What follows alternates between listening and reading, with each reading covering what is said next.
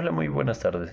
Mi nombre es César Giovanni, estudiante de la Universidad Rosario Castellanos de la licenciatura en Contaduría y Finanzas. El día de hoy les voy a hablar sobre la ley del impuesto sobre la renta y las personas morales. Bien, para comenzar, la ley del impuesto sobre la renta ISR para personas morales en México es una parte fundamental del sistema tributario del país que regula la tributación de las ganancias obtenidas por entidades jurídicas que realizan actividades económicas dentro del territorio nacional. Esta legislación constituye un marco legal completo que abarca diversos aspectos para garantizar una recaudación equitativa y eficiente de impuestos, así como para promover el desarrollo económico sostenible del país. Bien, dentro de esto tenemos las generalidades. La ley del impuesto sobre la renta ISR para personas morales en México es una pieza central del sistema tributario del país. Esta legislación tiene como objetivo principal gravar las ganancias obtenidas por entidades jurídicas que realizan actividades económicas dentro del territorio mexicano. En este sentido, la ley establece los principios generales que rigen la imposición de este impuesto, incluyendo su propósito, alcance de aplicación y disposiciones generales para su cumplimiento.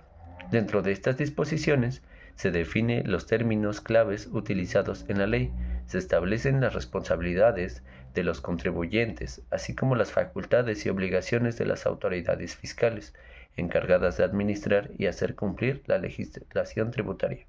Además, la ley puede contemplar disposiciones relacionadas en la interpretación de sus aspectos, los procedimientos administrativos para resolver controversias fiscales y las sanciones por incumplimiento de las obligaciones fiscales establecidas.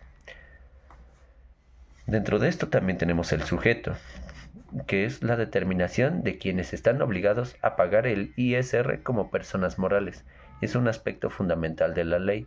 En este sentido, la legislación establece los criterios para identificar a los contribuyentes sujetos al impuesto, los cuales pueden incluir empresas, sociedades, asociaciones y otras formas de entidades jurídicas que realizan actividades económicas lucrativas en México. Para ello, la ley puede establecer umbrales de ingresos o criterios específicos de residencia o constitución legal que determina la obligación de pagar el impuesto. Asimismo, la legislación puede contener disposiciones que determinen la responsabilidad solidaria de ciertos individuos o entidades relacionadas con el contribuyente principal, así como disposiciones especiales para ciertos tipos de contribuyentes, como empresas multinacionales o entidades con regímenes fiscales particulares. También tenemos el objetivo. El objetivo del ISR para personas morales se refiere a los tipos de ingreso que están sujetos al impuesto. En este sentido, la ley puede establecer una amplia gama de fuentes de ingreso que deben ser gravadas, incluyendo utilidades comerciales, intereses, dividendos, arrendamientos, regalías, ganancias de capital y otros ingresos derivados de actividades comerciales. Para cada tipo de ingreso, la legislación puede establecer reglas específicas para determinar su naturaleza gravable, así como para calcular la cantidad sujeta al impuesto. Además, la ley puede contemplar disposiciones relacionadas con la exención o exclusión de ciertos ingresos, así como la aplicación de tratados internacionales para evitar la doble tributación sobre ciertos tipos de ingresos.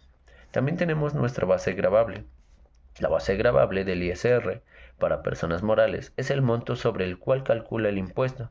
La legislación establece las reglas y métodos para determinar esta base, que puede incluir el total de ingresos obtenidos para el contribuyente en un periodo determinado, así como ajustes por deducciones permitidas, pérdidas fiscales compensables, créditos fiscales y otras partidas que afectan el cálculo del impuesto.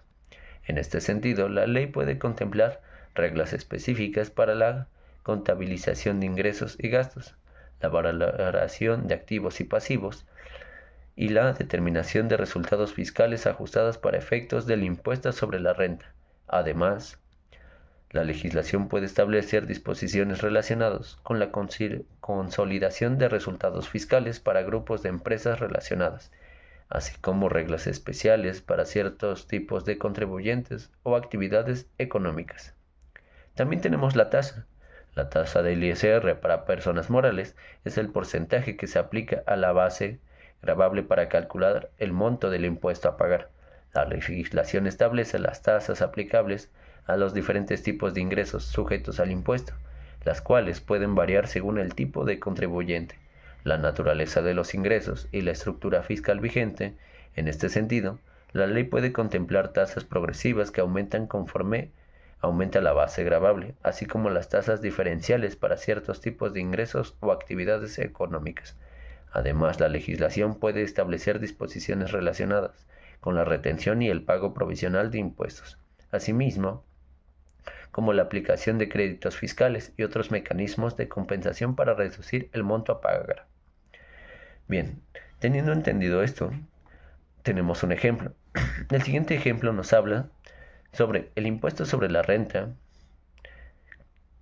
del ISR, es un impuesto directo que se grava con los ingresos obtenidos de las personas morales que residen en el país.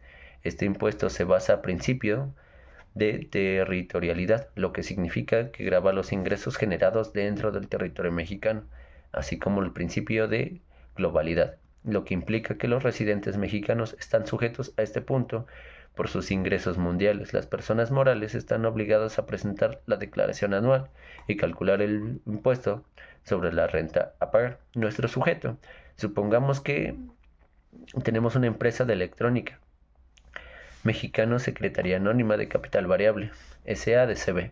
Es una empresa establecida en México dedicada a la fabricación y venta de productos electrónicos y está sujeta al impuesto sobre la renta en México.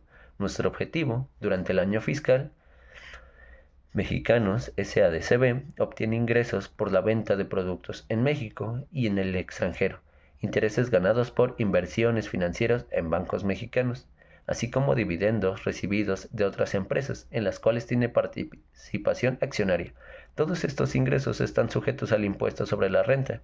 Nuestra base, al final del año fiscal, después de realizar todas las deducciones permitidas por la ley, Mexicanos SADCB determina que su ingreso neto es de 1,000,000 de pesos mexicanos. Nuestra tasa.